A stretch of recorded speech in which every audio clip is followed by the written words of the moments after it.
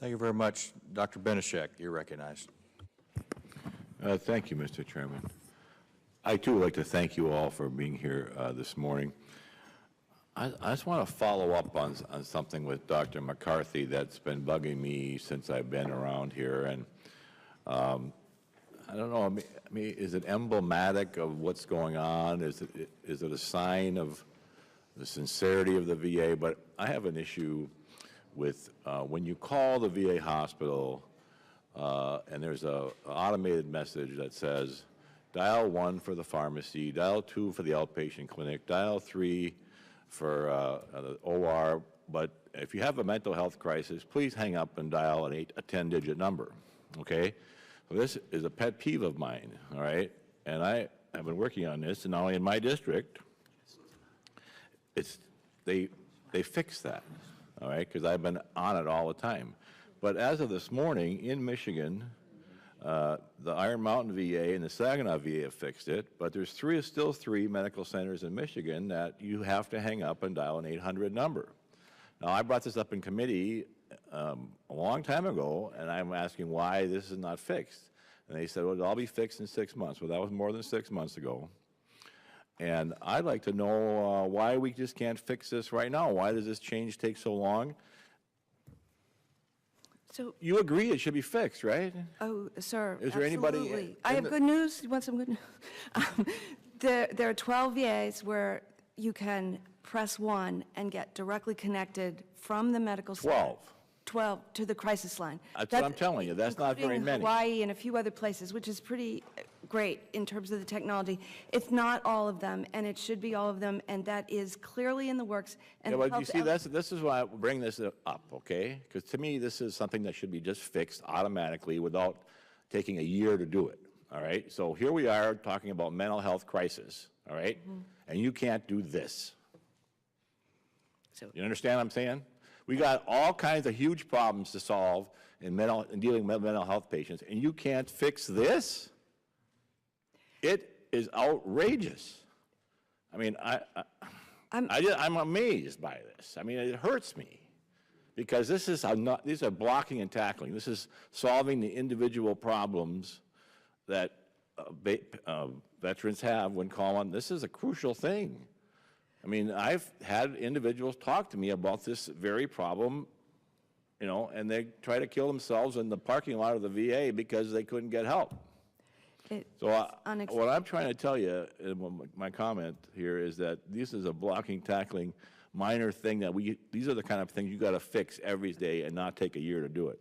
So you're telling me that there's only 12 places in the country that this is actually occurring out of the hundreds of VA facilities around?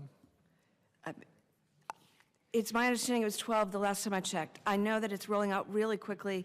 Is there somebody within the VA that's resisting this change that you're aware of? Oh, no. We have a rather old phone system, and we have a number of challenges with it. But well, don't I'm not that. You got the dial 1 for the pharmacy. It connects to the pharmacy just fine. Okay. You know what I mean? So don't right, blame it on the phone system. Here's the other thing I want to know. When you dial this crisis line, I mean, a lot of people end up dialing the crisis line because that's the only place they can get a person, right? So what is the process for triaging people that call the crisis line who may not actually be in a mental health crisis, but they're just trying to desperately talk to somebody at the VA? So let me let Dr. Thompson take that call because she's worked there.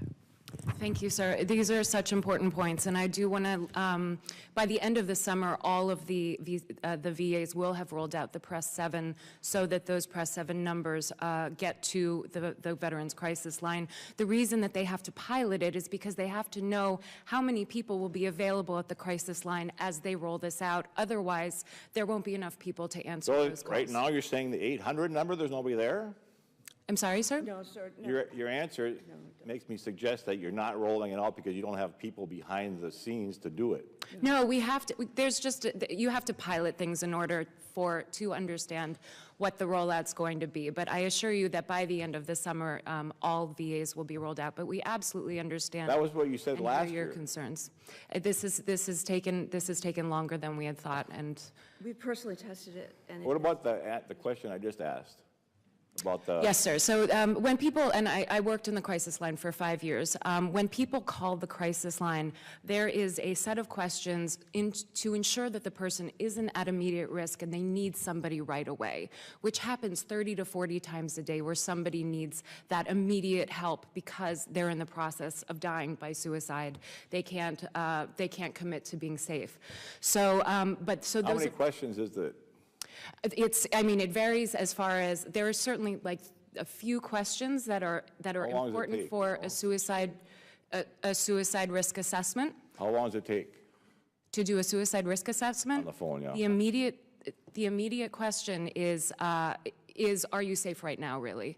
And that's an immediate question. And then there needs to be developed a rapport with the person who is calling. So many of the people that call, this is the All first right, time they've okay. called. I'm out of time. before. Thank you.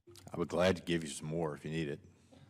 And I'm happy to keep answering the question, but Well, unfortunately, I don't know your answers or what he's looking for. It doesn't You know, I mean, to talk about a silly pilot on something as serious as this is just ridiculous. Mr. O'Rourke.